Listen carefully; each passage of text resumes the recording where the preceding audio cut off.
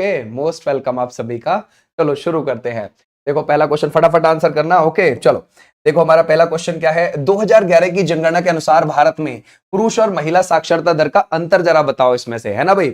ये कौन सा है, ये 14.96 है या फिर आप 15.23 लगाओगे या फिर 17.98 या फिर 16.68 है, ये कौन सा है। शाबाश, बहुत अच्छे। ये कह रहा लाइव है क्या सर। हाँ भैया मैं जिंदा खड़ा हूं इधर, है ना। ऐसी बात करते हो यार, तुम ऐसी बातें क्यों कर देते हो। देखो हमारे देश की साक्षरता है इतनी 2011 के हिसाब से।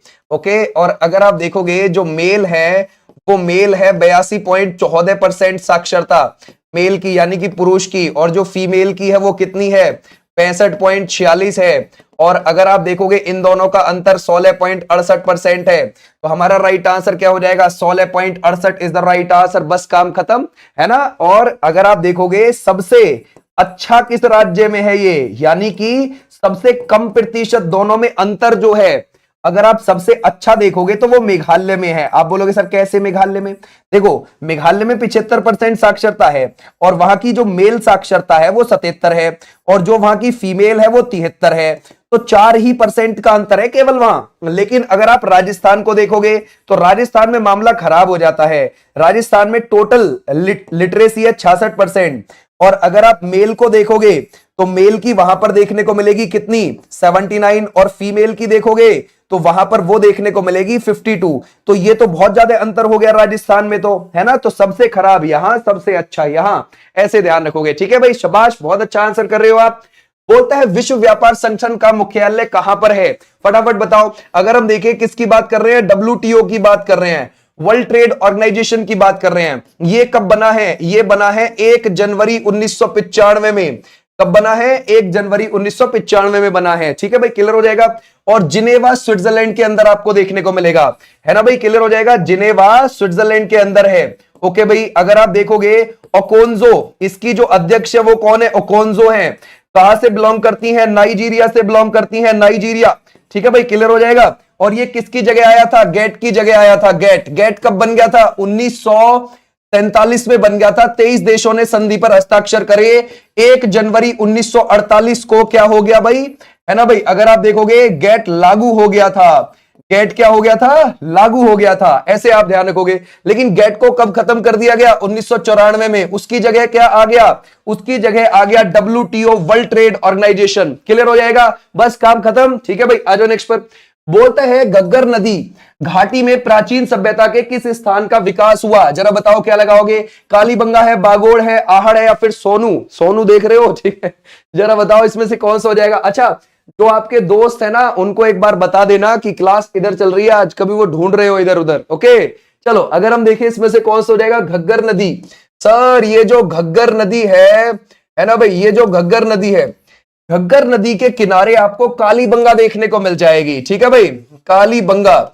और ये जो कालीबंगा है ये आपको कहां पर देखने को मिलेगी भाई, कालीबंगा, है ना, ये आपको राजस्थान में देखने को मिलेगी। कहां पर है, राजस्थान के अंदर है। क्लियर हो जाएगा। ओके, अच्छा एक बात बताओ, इसकी खोज किसने करी थी, अमलानंद घोष ने करी थी ना, अमलानंद घोष ने करी थी। ओके, और बीबी लाल और BK थापर। ठीक है भाई, ध्यान रखोगे, बीबी लाल और BK थापर। क्लियर हो जाएगा, बीबी लाल और BK थापर, इन्होंने इसकी खुदाई करवाई थी, इन्होंने इसकी खुदाई करवाई थी। ये भी आप ध्यान रखोगे, हमारा राइट आंसर ये। क्लियर हो जाएगा, शाबाश, बहुत अच्छे। आ जाओ भी नेक्स्ट पर। बोलते हैं वृद्धावस्था में कैल्शियम की कमी के कारण कौन सी बीमारी हो जाती है, जरा बताओ क्या लगाओगे। सर ऑस्टियोपोरोसिस हो जाती है, या फिर आप जो लगाओगे इसमें से रक्तलपता, या फिर अस्थि मृदुता, या फिर आप लगाओगे सुखंडी। ये कौन सी चीज हो जाती है ना भाई, वृद्धावस्था में कैल्शियम की कमी के कारण वो हो जाती है osteoporosis is the right answer. तो हमारा राइट आंसर कौन सा हो जाएगा, ए। देखो क्या होता है वृद्धावस्था में ना, जो हड्डी होती हैं वो कमजोर हो जाती हैं, कमजोर, समझ गए भाई। और जो अस्थि होती है ना, उन, है ना भाई, जो मतलब हड्डी हो गई वो तो कमजोर, जो मांसपेशी होती है, मांसपेशी, है ना, उनका विकास रुक जाता है, विकास रुक जाता है। ठीक है भाई, क्लियर हो जाएगा। अच्छा, जो बिल्कुल बुजुर्ग व्यक्ति होगा ना, बुजुर्ग, आप ना कभी भी बुजुर्ग व्यक्ति को देखोगे तो अगर उसकी खाल हटा के देखी जाए तो अंदर से आपको लाल नहीं देखने को मिलेगा, ब्लड लाल नहीं देखने को मिलेगा, वो धीरे धीरे खत्म होता मिलेगा और अंदर का मांस सफेद पड़ चुका होगा, समझ गए, वृद्ध व्यक्ति के अंदर। तो ऐसे भी आप ध्यान रखोगे। आ जाओ भी नेक्स्ट पर। बोलते हैं अखिल भारतीय किसान सभा के प्रथम अध्यक्ष कौन थे, जरा बताओ। अगर हम देखें, ये लाला लाजपत राय हो जाते हैं, या फिर सहजानंद सरस्वती हो जाते हैं, या फिर जवाहरलाल नेहरू हो जाते हैं, या फिर बाबा रामचंद्र। अगर हम देखें अखिल भारतीय किसान सभा की बात कर रहे हैं, किसकी बात कर रहे हैं, किसान सभा की, तो हमारा राइट आंसर क्या हो जाएगा। क्या हम यहां पर सहजानंद सरस्वती लगा सकते हैं, बिल्कुल लगा सकते हैं, सहजानंद सरस्वती। ठीक है भाई, क्लियर हो जाएगा। देखो क्या हुआ था ना, ये जो अखिल भारतीय किसान सभा है, 1936 में कांग्रेस का लखनऊ का अधिवेशन हुआ, सही बात है भाई। और जैसे ही वहां पर अधिवेशन हुआ, तभी इस अखिल भारतीय किसान सभा की स्थापना कर दी 1936 में ही। तो इसके पहले पहले अध्यक्ष किसको बना दिया, सहजानंद सरस्वती जी को बना दिया। ये कहां से बिलोंग करते थे, यूपी से। इनकी कर्म भूमि कौन सी थी, बिहार। इनकी थी कर्म भूमि, ध्यान रखोगे, बिहार। तो ऐसे भी आप ध्यान रखोगे, क्लियर हो जाएगा, शाबाश, बहुत अच्छे। आ जाओ भी नेक्स्ट पर, नेक्स्ट देखते हैं। बोलते हैं गुप्त काल का साहित्यकार कौन है, जरा बताओ। हम किसकी बात कर रहे हैं, ये भैरवी है, कालिदास है, हरिसेन है, या फिर आप लगाओगे उपयुक्त सभी है ना भाई। शाबाश बच्चे, बहुत अच्छा उमेश, बहुत अच्छा। अगर हम देखें गुप्त काल की बात कर रहे हैं, गुप्त काल, देखो गुप्त काल की नींव किसने रखी थी, श्री गुप्त ने। आपने बहुत अच्छे से पढ़ा हुआ है ना भाई, श्री गुप्त ने रखी थी। लेकिन इसमें साहित्यकार कौन कौन से हैं भाई, कालिदास है ना, ध्यान रखोगे, हरिसेन है, भैरवी है, उपयुक्त सभी is the right answer. All वाले बच्चे बिल्कुल ठीक है। ये कॉल लगा रहा था बी, गड़बड़ हो जाएगा भाई, है ना। तो हमारा राइट आंसर हो जाएगा ऑल वाले बच्चे, बिल्कुल बिल्कुल ठीक है, क्लियर है, शाबाश, बहुत अच्छा। एक बच्चा कह रहा है सरकारी ऑप्शन, हाँ सरकारी है, डी वाला तो सरकारी मान लो आप, ठीक है भाई। देखो हरिसेन को भी तो आप जानते हो, है ना भाई, क्लियर हो जाएगा। हरिसेन किसका, समुद्रगुप्त का दरबारी का भी था। आ जाओ नेक्स्ट पर। बोलता है मौलिक अधिकार को लागू करने की शक्ति किसके पास है। अगर हम देखें किसकी बात कर रहे हैं, मौलिक अधिकार की बात कर रहे हैं। हमारे जो मौलिक अधिकार हैं आपको 12 से 35 आर्टिकल में देखने को मिल जाएंगे, और हमारे संविधान के भाग आपको 3 में देखने को मिल जाएंगे। तो हमारा राइट आंसर क्या है, उच्चतम और उच्च न्यायालय is the right answer, clear हो जाएगा। उच्चतम और उच्च न्यायालय is the right answer, clear हो जाएगा, ये है। अच्छा, हमारे पास जब संविधान लागू हुआ था 26 जनवरी 1950 को, कितने मौलिक अधिकार थे सर, 7 थे, 7। ओके, तो अभी कितने हैं, अभी तो 6 ही है, अभी तो 6 ही है। संपत्ति के अधिकार को निकाल दिया गया है ना। अगर आप देखोगे जो संपत्ति का अधिकार है वो आर्टिकल 31 में था, उसको यहां से निकाल दिया। 44 में संविधान संशोधन 1978 से उसको आर्टिकल 300A में ले जाकर रख दिया। ओके भाई, क्लियर हो जाएगा, ऐसे भी आप ध्यान रखोगे, शाबाश, बहुत अच्छे। तो हमारा राइट आंसर ये बोलता है 2011 की जनगणना के अनुसार 7 बहन राज्यों के किस समूह में साक्षरता दर आपको सबसे अधिक लगती है, जरा बताओ। त्रिपुरा और अरुणाचल प्रदेश, मिजोरम और त्रिपुरा, या फिर मिजोरम और मेघालय, या फिर मणिपुर और नागालैंड, जरा बताइए इसमें से हम किसकी बात कर रहे हैं। हम 2011 के हिसाब से पहले तो ये देखो कि केरल सबसे पढ़ा लिखा है भाई, केरल आपको 93.91% पर मिल जाएगा। उसके बाद कौन सा मिलेगा आपको, मिजोरम देखने को मिलेगा। मिजोरम आपको कितने पर मिल जाएगा, 91.25 पर मिल जाएगा। फिर आपको गोवा मिलेगा तीसरे नंबर पर, गोवा 88% लिटरेट है। उसके बाद कौन सा देखने को मिलेगा, त्रिपुरा, त्रिपुरा आपको 87% पर देखने को मिलेगा। अब देखो हमसे क्या कह रहा है भाई, गोवा और केरल ये तो उधर 7 सिस्टर्स में है नहीं, तो फिर कौन सा है, मिजोरम और त्रिपुरा है उधर 7 सिस्टर्स में। तो हमारा राइट आंसर कौन सा हो जाएगा, हमसे वही तो पूछा है कि 7 सिस्टर्स वाला निकाल के लाओ। क्या बात है, बढ़िया आंसर। 28 जनवरी और 14 फरवरी तक, 28 जनवरी से 14 फरवरी तक 38वें राष्ट्रीय खेल किस राज्य में आयोजित किए गए थे। नेशनल गेम्स की बात कर रहे हैं हमसे। ये हुआ है हमारा नेशनल गेम 28 जनवरी को देहरादून में उद्घाटन, देहरादून में। और किसने किया था यहां पर, मोदी जी ने किया था, है ना भाई, मोदी जी ने। और अगर आप देखोगे जब इसका 14 फरवरी को समापन हुआ तो वो कहां पर हुआ था, हल्द्वानी में हुआ था। और हल्द्वानी में हुआ तो समापन समारोह में कौन आए थे, अमित शाह जी आए थे। कौन आए थे, अमित शाह जी। तो ऐसे ध्यान रखोगे। हमारा राइट आंसर कहा, उत्तराखंड में ये हुए हैं। कितने जिलों में हुए हैं, ये 5 जिलों में हुए हैं।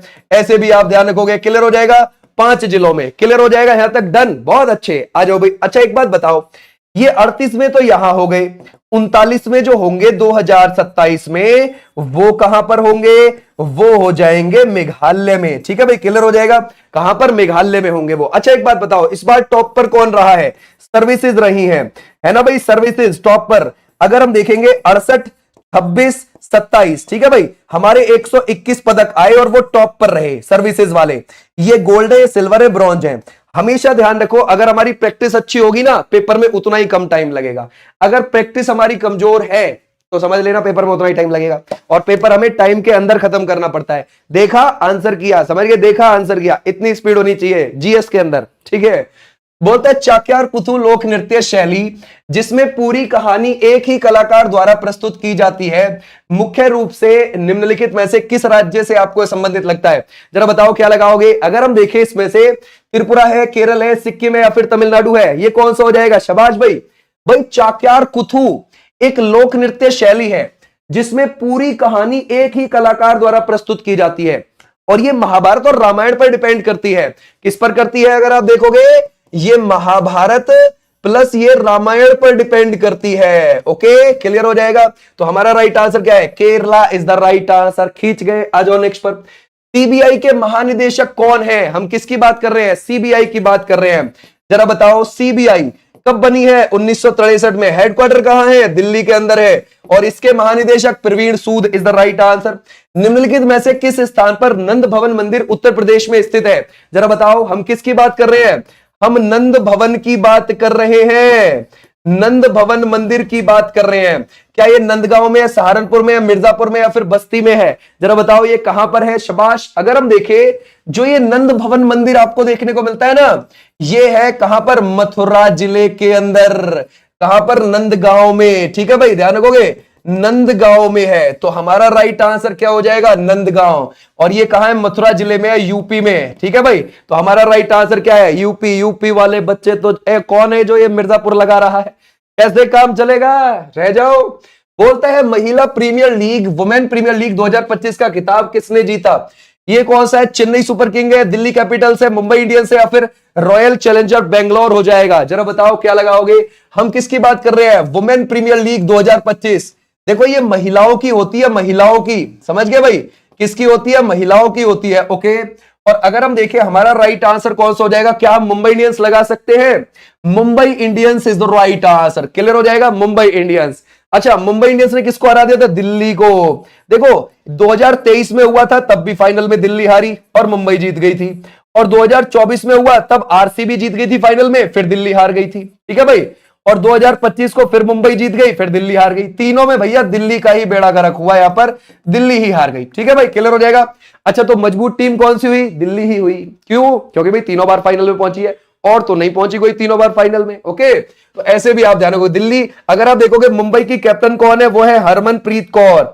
हरमनप्रीत कौर हो जाती हैं, ऐसे भी ध्यान रखो। फाइनल कहां खेला गया था? जरा बताओ सर। इसका फाइनल हुआ है बेबॉर्न में, इस बार 2025 में। बेबॉर्न क्रिकेट स्टेडियम कहां है? मुंबई में है ना भाई, मुंबई में है। आ जाओ भी नेक्स्ट पर।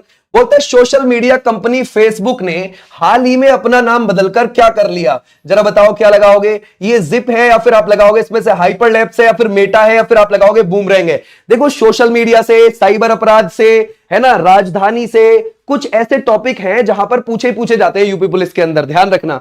तो वे टॉपिक अगर हम कर लेंगे, हमारे 8-10 नंबर तो बिल्कुल, मतलब 8-10 क्वेश्चन तो बिल्कुल पक्के रहेंगे कि हाँ ये तो हमारे पक्के हैं। जरा बताओ क्या लगाओगे।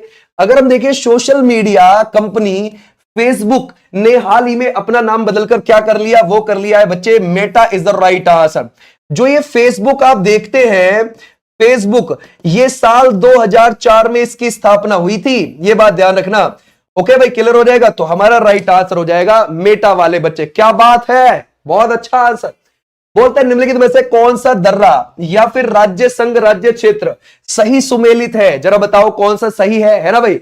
अगर हम देखें, माना हिमाचल प्रदेश, या फिर आप लगाओगे नीति उत्तराखंड, दिफू लद्दाख, या फिर आप लगाओगे अघिल अरुणाचल प्रदेश, ये कौन सा है? जरा बताओ सर। देखो हमें तो ये लग रहा है कि सही सुमेलित पकड़ना है।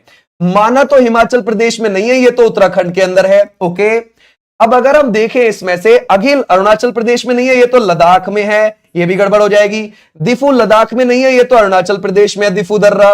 बस सही तो यही है, उत्तराखंड वाला। ठीक है भाई, है ना। नीति दर्रा भी वहीं आपको देखने को मिलेगी, लिपुलेख दर्रा भी आपको वहीं पर देखने को मिलेगी, माना दर्रा भी आपको वहीं पर देखने को मिलेगी। खींच गए, बस यही तो खींचना था। 1976 में भारत में पहला महिला अंतरराष्ट्रीय टेस्ट क्रिकेट मैच कहां आयोजित किया गया था? जरा बताओ, नई दिल्ली, बेंगलोर, या फिर आप लगाओगे मुंबई या फिर कोलकाता? देखो, टेस्ट मैच हुआ है, ठीक है, और भारत में हुआ है पहला पहला महिलाओं का टेस्ट मैच। अब जरा बताइए ये कहां हुआ है ना भाई? सर ये 1976 में हुआ है और बेंगलोर के अंदर हुआ है, और ये किस किस की टीम के बीच हुआ है? ये हुआ है भारत और, है ना भाई, अगर आप देखोगे भारत के साथ साथ किस किस का, वेस्ट इंडीज, ऐसे भी आप ध्यान रखोगे। तो हमारा राइट आंसर कौन सा हो जाएगा? क्या हम बेंगलोर लगा सकते हैं? बिल्कुल ठीक लगा दिया, शाबाश। आ जाओ नेक्स्ट पर। 2025 में माउंट एवरेस्ट पर सफलतापूर्वक चढ़ाई करने वाली एनसीसी टीम में कितने कैडेट थे? जरा बताओ क्या लगाओगे, है ना भाई? हम किसकी बात कर रहे हैं? हम एनसीसी की बात कर रहे हैं। कौन बच्चा बताएगा? देखो, सबसे ज्यादा बार जो चढ़ाई कर रखी है माउंट एवरेस्ट पे, वो किसने कर रखी है? वो कामिरीता शेरपा ने कर रखी है। वो तो नेपाल से है भाई, कामिरीता शेरपा, एक शेरपा है, वो गाइडर है। लेकिन हम बात कर रहे हैं किसकी? जरा बताओ सर, हम तो 10 वाले की बात कर रहे हैं जो एनसीसी वाले हैं। 10 इज द राइट आंसर। क्या बात है, करंट अफेयर में हीरो हो रहे हो तुम, है? बोलता है लॉन टेनिस ने निम्नलिखित में से किस पद का प्रयोग नहीं होता है? ओके, अगर हम देखेंगे ड्यूश है, स्मैश है, स्कूप है, या फिर एस है। अगर हम लॉन टेनिस की बात करते हैं, किसकी बात कर रहे हैं? लॉन टेनिस की बात कर रहे हैं, ठीक है भाई, क्लियर हो जाएगा, लॉन टेनिस। तो हमारा राइट आंसर लॉन टेनिस में कौन सा? देखो, ड्यूश बिल्कुल होता है, स्मैश बिल्कुल होता है, एस बिल्कुल होता है, लेकिन स्कूप तो हॉकी का है ना जी। ये किसका हो जाएगा? ये तो हॉकी का हो जाएगा जी। हमारा राइट आंसर है हॉकी, क्लियर। अच्छा, अगर हम देखेंगे हॉकी का जो ये ग्राउंड है 91.4 मीटर लंबा है और 55 मीटर ये आपको चौड़ा दिखाई देगा, क्लियर हो जाएगा। कितने प्लेयर होते हैं? 11-11 होते हैं, और 60 मिनट का इसमें क्या होता है? वो होता है, ध्यान रखोगे, टाइम। आ जाओ भी नेक्स्ट पर, नेक्स्ट देखते हैं। संविधान का 74वां संशोधन आपको किससे संबंधित लगता है? ग्रामीण स्थानीय स्वशासन, या फिर शहरी स्थानीय स्वशासन, या फिर राष्ट्रपति की शक्तियां, या फिर आप लगाओगे संसद की शक्तियां? ये कौन सा है? शाबाश, गड़बड़ ना हो जाए। देखो भाई, हमसे 74वां संविधान संशोधन पूछा है। 74वां संविधान संशोधन 1992 किससे जुड़ा हुआ है? शहरी स्थानीय स्वशासन, और शहरी स्थानीय स्वशासन जैसे कि नगर पालिका, है ना भाई, जैसे कि नगर निगम। याद रखोगे, नगर निगम क्या होते हैं? ये बड़े शहरों में मिलते हैं आपको, 5 लाख से ज्यादा आबादी है जहां पर, वहां मिलेंगे आपको।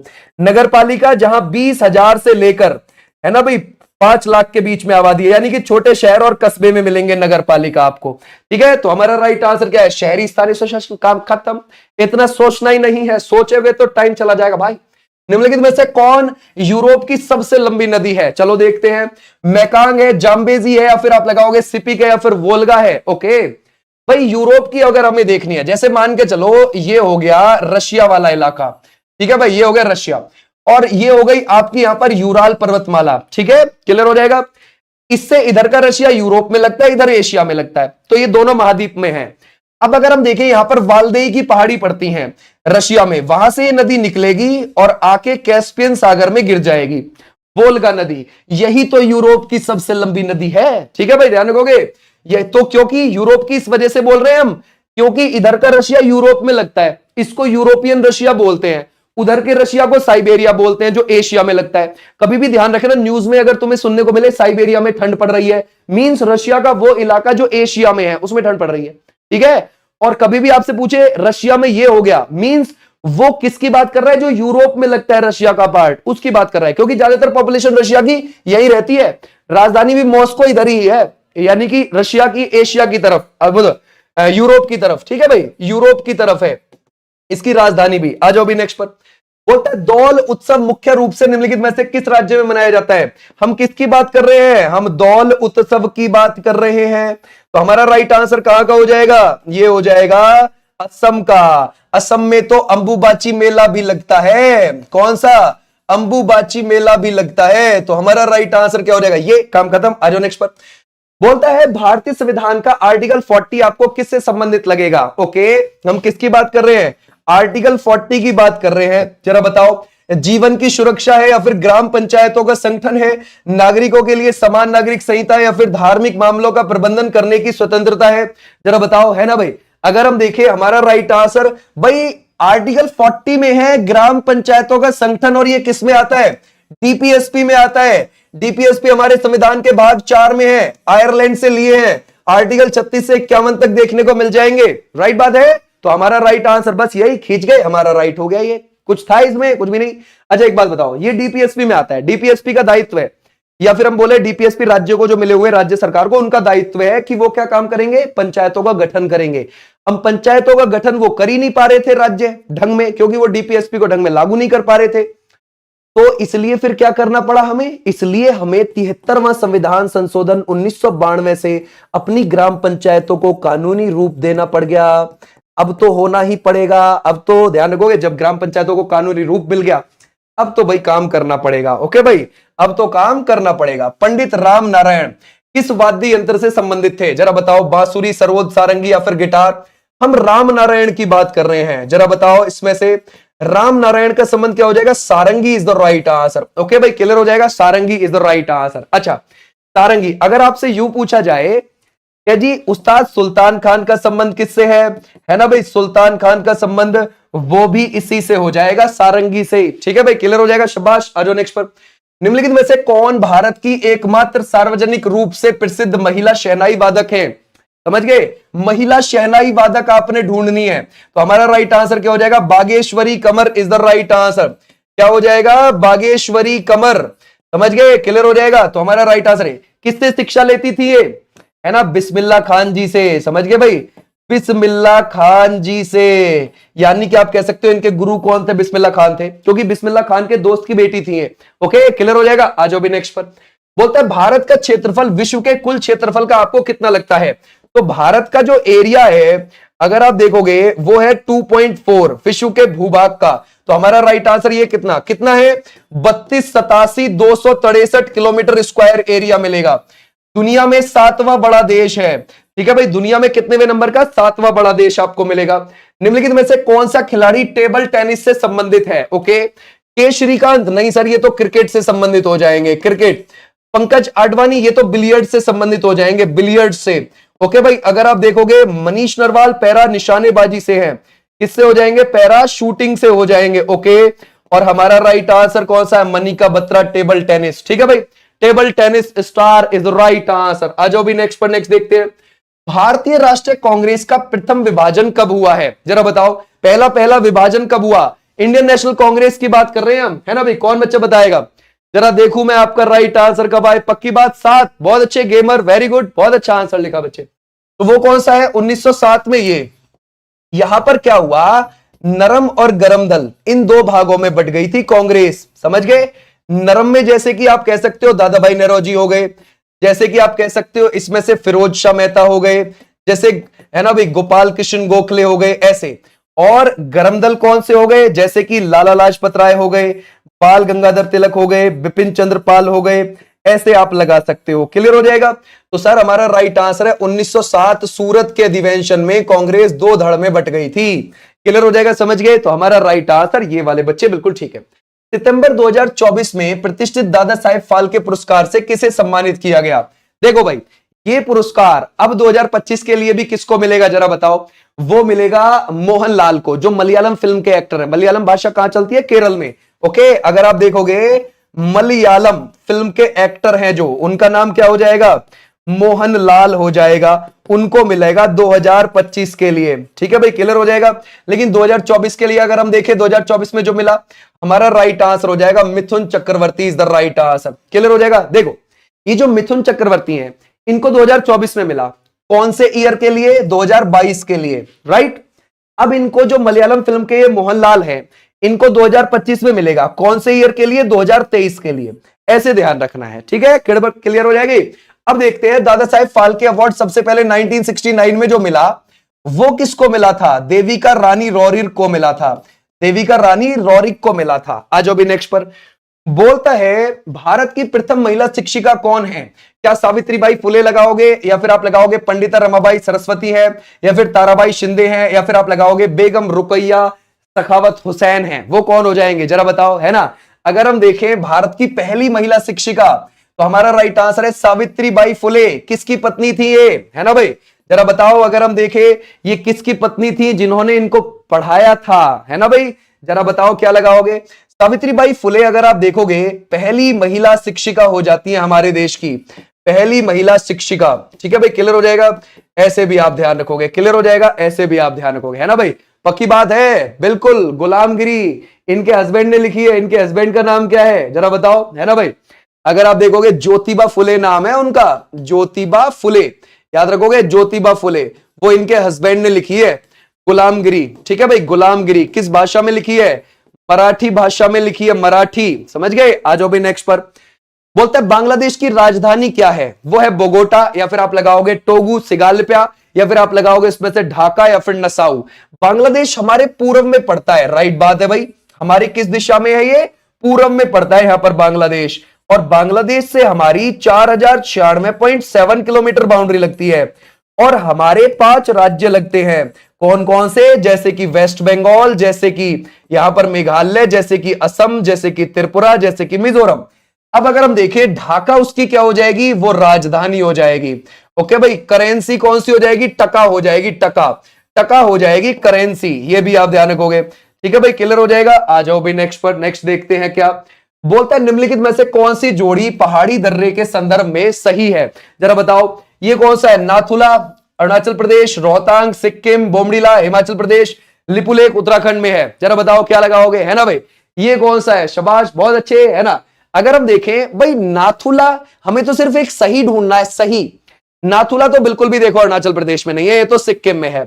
ये कहां है, सिक्किम में है। रोहतांग बिल्कुल भी सिक्किम में नहीं है, ये आपको हिमाचल प्रदेश में देखने को मिलेगी। ओके, अब बोमडीला आपको कहां पर देखने को मिल जाएगी, बोमडीला आपको हिमाचल प्रदेश में बिल्कुल भी नहीं है, अरुणाचल प्रदेश में है। लिपुलेख बिल्कुल है उत्तराखंड में। ठीक है भाई, क्लियर हो जाएगा, ये इंपॉर्टेंट है, ध्यान रखना।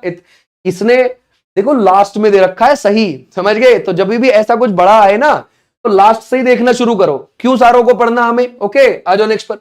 निम्नलिखित में से किस राज्य को हरित क्रांति के लिए भारत में आरंभ स्थल के रूप में चुना गया। ग्रीन रिवॉल्यूशन भारत में पहले ट्रायल पर रखकर देखी गई थी 1960 से 1963, और फिर जब ट्रायल सक्सेस रहा तो हमने कर दी स्थापना 1965 में, और जब हमने स्थापना कर दी तो 1966-67 में उसकी क्या हो गई, शुरुआत हो गई। ठीक है भाई, क्लियर हो जाएगा, शुरुआत। और अगर आप देखोगे जब इसकी शुरुआत हो गई तो इसको सेंटर माना था पंजाब को सेंटर। ठीक है भाई, तो हमारा राइट आंसर हो जाएगा ये। गेहूं का उत्पादन बहुत ज्यादा हुआ ग्रीन रिवॉल्यूशन के बाद, दलहन का उत्पादन घट गया, चावल का उत्पादन स्थिर बना रहा। ओके, ऐसे भी आप ध्यान रखोगे, क्लियर, शाबाश। आ जाओ नेक्स्ट पर। अशोक के टोपरा और मेरठ के स्तंभ शिलालेख को दिल्ली कौन लेकर आया था। ओके, टोपरा कहां पर पड़ता है, ये यमुनानगर में पड़ता है, आज हरियाणा के। ओके भाई, अगर आप देखोगे यमुनानगर, ठीक है भाई, क्लियर हो जाएगा, ये हरियाणा में आपको देखने को मिलेगा। टोपरा और मेरठ के स्तंभ लेख को दिल्ली कौन लेकर आया था, तो वो किसने मंगवाया था, फिरोज शाह तुगलक ने मंगवाए थे। फिरोज शाह तुगलक 1351 से 1388 के बीच में गद्दी पर बैठा है।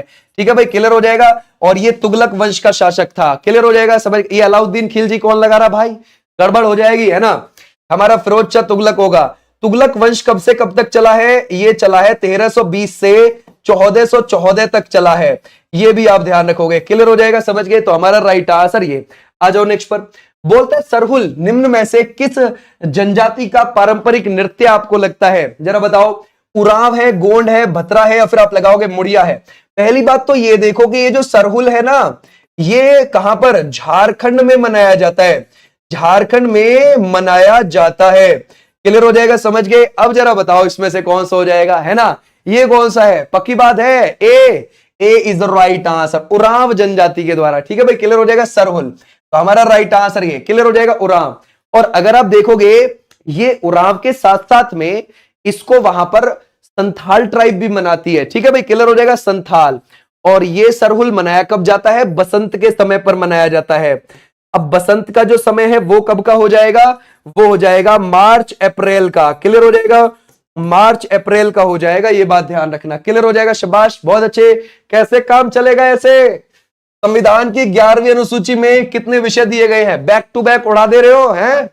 अगर हम देखें 11 विषय है, या फिर 29 है, या फिर 0 है, या फिर ये देखो पॉलिटी आ गई, तुम्हें बचा लेगी। जरा बताओ आंसर कौन सा है। 11वीं अनुसूची हमारे संविधान में जो जोड़ी गई है वो 1900, ध्यान रखोगे, 1992 में जोड़ी गई है। ठीक है, क्लियर हो जाएगा, 11वीं अनुसूची। और 73वें संविधान एंड संशोधन के जरिए से जोड़ा गया था। क्लियर हो जाएगा। इसमें कितने आपको विषय देखने को मिल जाएंगे? वो आपको 29 विषय देखने को मिल जाएंगे। क्लियर हो जाएगा। तो हमारा राइट आंसर हो जाएगा ये वाले बच्चे, बिल्कुल ठीक है, शाबाश, बहुत अच्छे। बोलता है 2024-25 के रणजी ट्रॉफी का खिताब किस टीम ने जीता है? जरा बताओ क्या लगाओगे? अगर हम देखें कर्नाटक है या फिर विदर्भ है या फिर तमिलनाडु या फिर केरल है, हम किसकी बात कर रहे हैं? 2024-25 की बात कर रहे हैं। ठीक है भाई, 2025-24 में रणजी ट्रॉफी का खिताब किस टीम ने जीता? वो जीता है सर जी विदर्भ ने, विदर्भ ने। और इसके कप्तान कौन? अक्षय वडकर, अक्षय वडकर। और विदर्भ ने किसको हरा दिया? केरल को हराकर, केरल को हराकर। ये भी आप ध्यान रखोगे। तो हमारा राइट आंसर कौन सा हो जाएगा?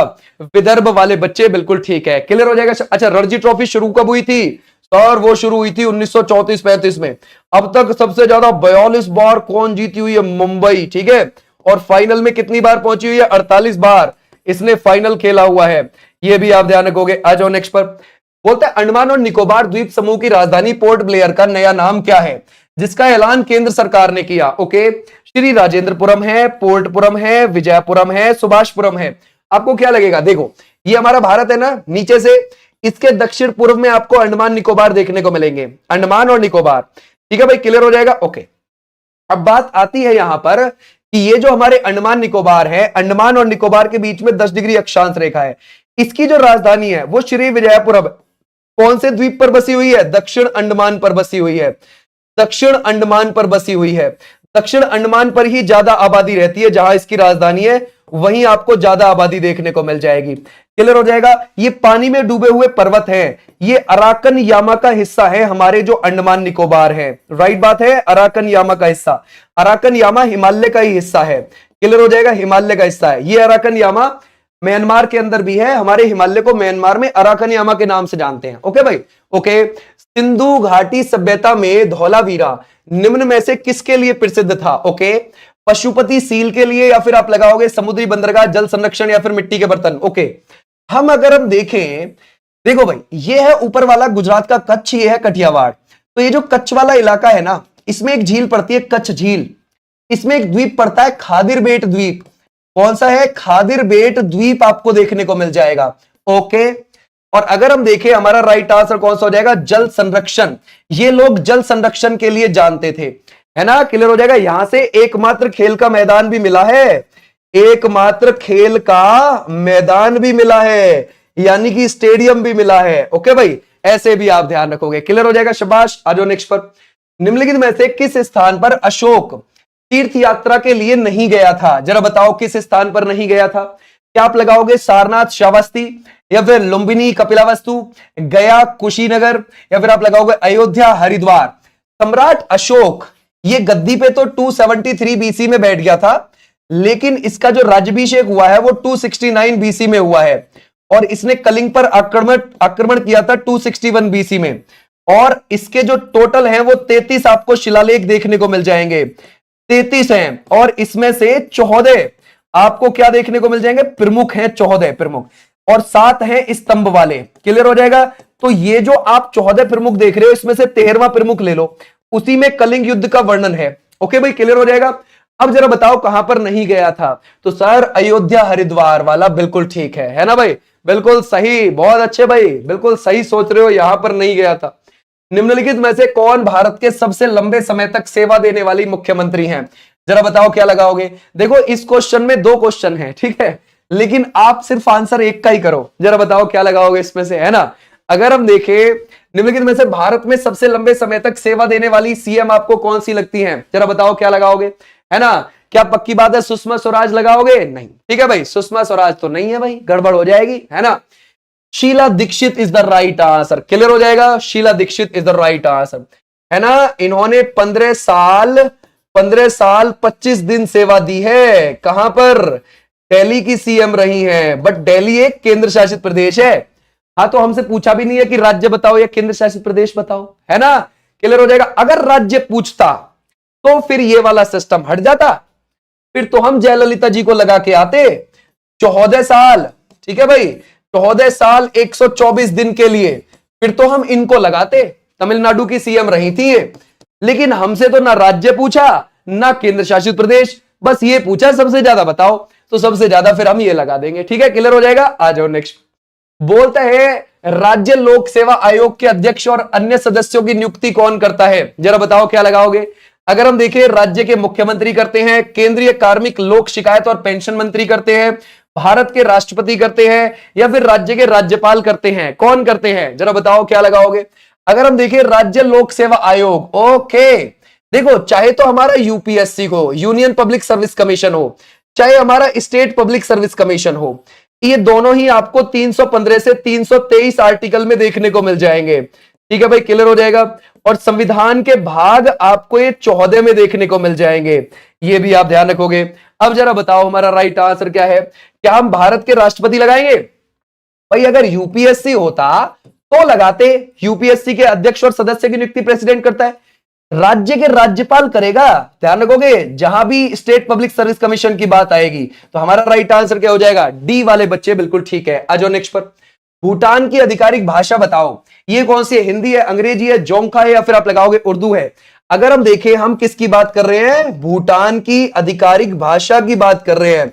जरा बताइए क्या लगाओगे आधिकारिक भाषा। तो हमारा राइट आंसर कौन सा हो जाएगा? हिंदी, अंग्रेजी, या फिर आप लगाओगे इसमें से जोंखा या फिर उर्दू? जरा सोचो सर। देखो भाई, इसमें से हो जाएगी जोंखा, भूटान। ठीक है भाई, भूटान अगर आप देखोगे, यहां आपको देखने को मिल जाएगा भूटान, सिक्किम से भी, वेस्ट बंगाल से भी, असम से भी, अरुणाचल प्रदेश से भी, 4 राज्यों से लगता है। ठीक है भाई, तो हमारा राइट आंसर हो जाएगा ये। इसका एरिया बहुत छोटा है, कितना?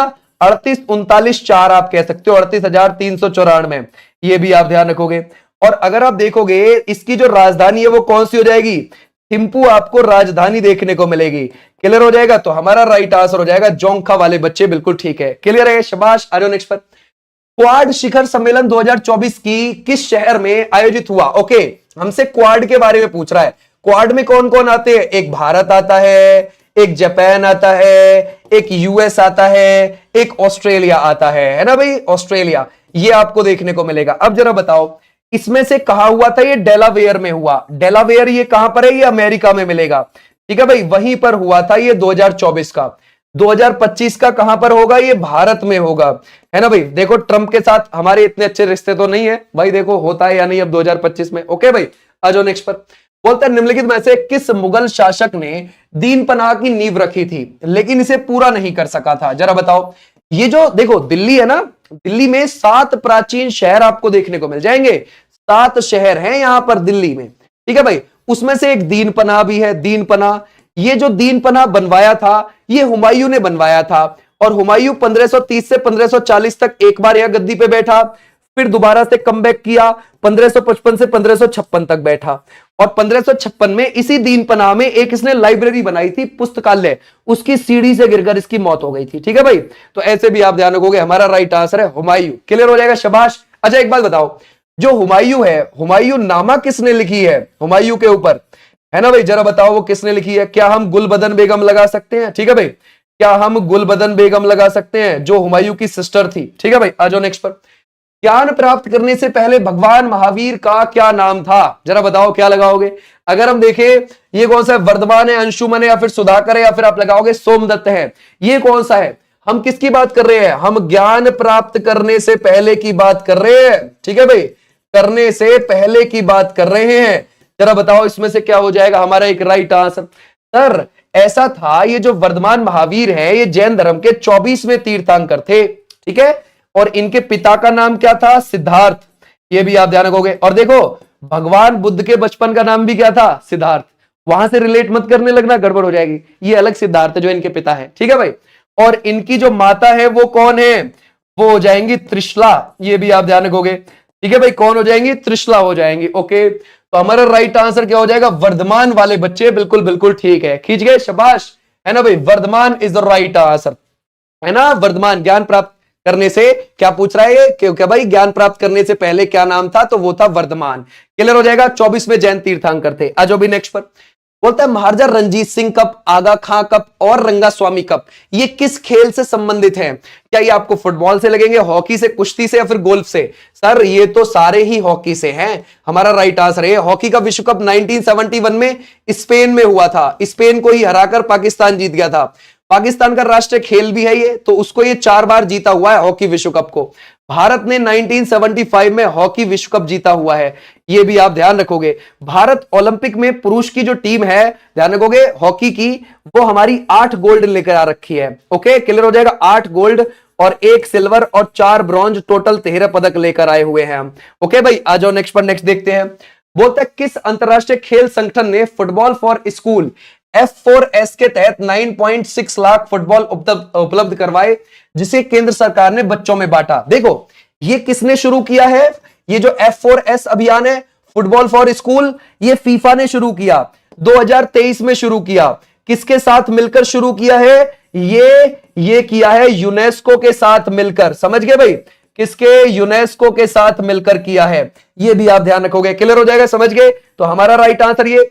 अब देखो यूनेस्को के साथ मिलकर कर तो गया, अब ये हमारे भारत में भी आया भाई, भारत में भी उपलब्ध कराई गई फुटबॉल, और भारत में भी फुटबॉल 9.6 लाख फुटबॉल बांटी। क्यों बांटी स्कूलों में, इसलिए बांटी, फीफा ने यूनेस्को के साथ मिलकर भारत में इसलिए बांटी ताकि बच्चों के अंदर एकता की भावना आए और फुटबॉल का प्रचार प्रसार हो इंडिया के अंदर भी। क्योंकि देखो अगर इंडिया में फुटबॉल आ गया ढंग में, कितना पैसा आएगा, सोचने वाली बात है भैया, समझ।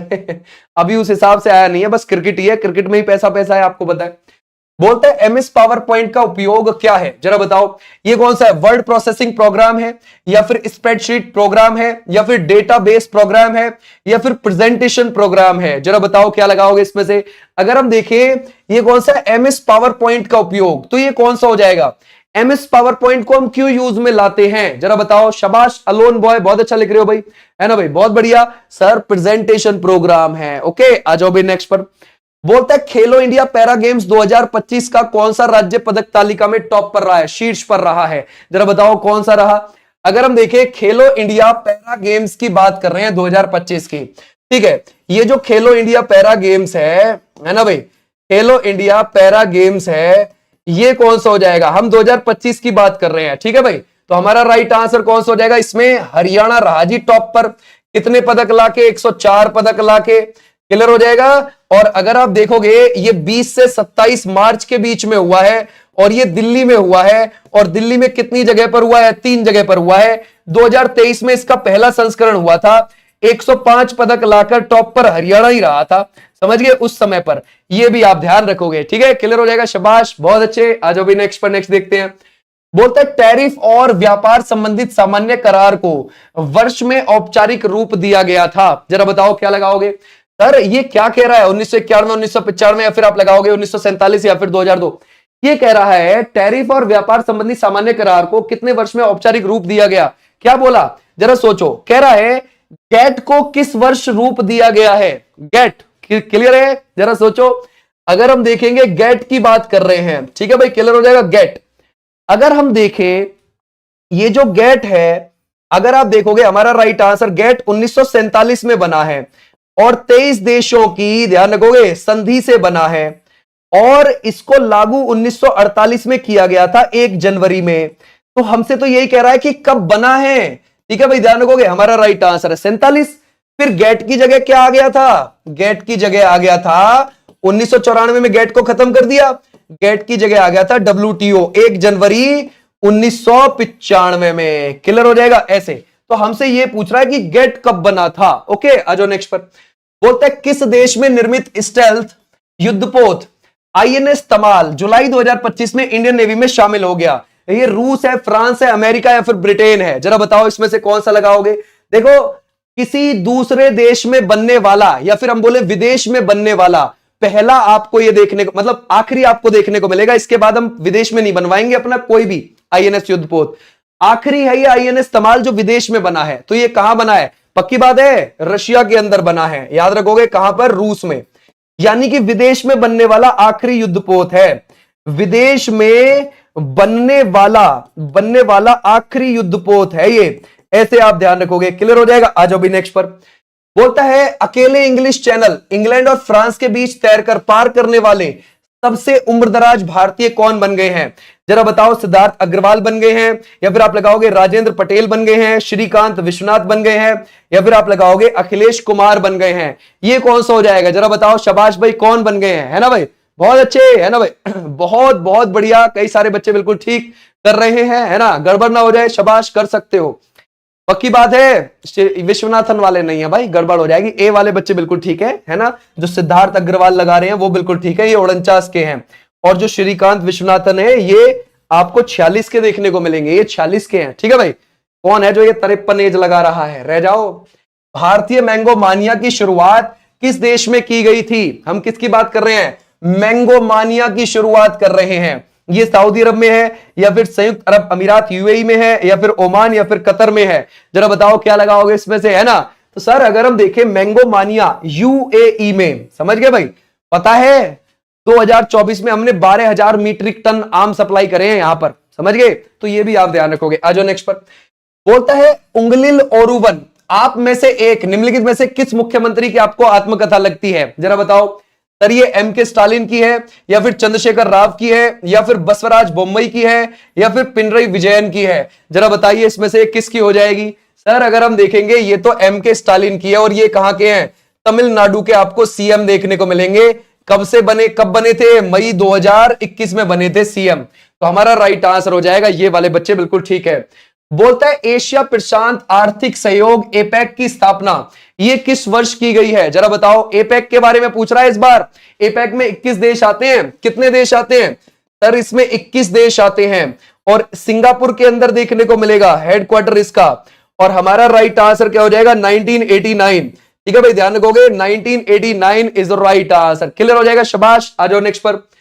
बोलता है किस देश में जून 2025 में सार्वजनिक जगहों पर हिजाब व अन्य तरीके से चेहरा ढकने पर बैन लगा दिया, जिसकी 70% आबादी मुस्लिम है? जरा बताओ क्या लगाओगे, वो कौन सा देश है? क्या पाकिस्तान, कजाकिस्तान, अफगानिस्तान, या फिर सीरिया? जरा बताओ। देखो 70% आबादी मुस्लिम है, वो है कजाकिस्तान। समझ गए भाई, कजाकिस्तान में, यानी कि सार्वजनिक जगह पर आप अपना चेहरा नहीं ढक सकते, समझ गए। हाँ आप बीमार हैं तो ढक सकते हैं, कहीं ग्राउंड में बैठे हुए मैच देख रहे हैं तो ढक लीजिए, सार्वजनिक जगह पर, वरना वैसे नहीं ढकोगे आप, ओके।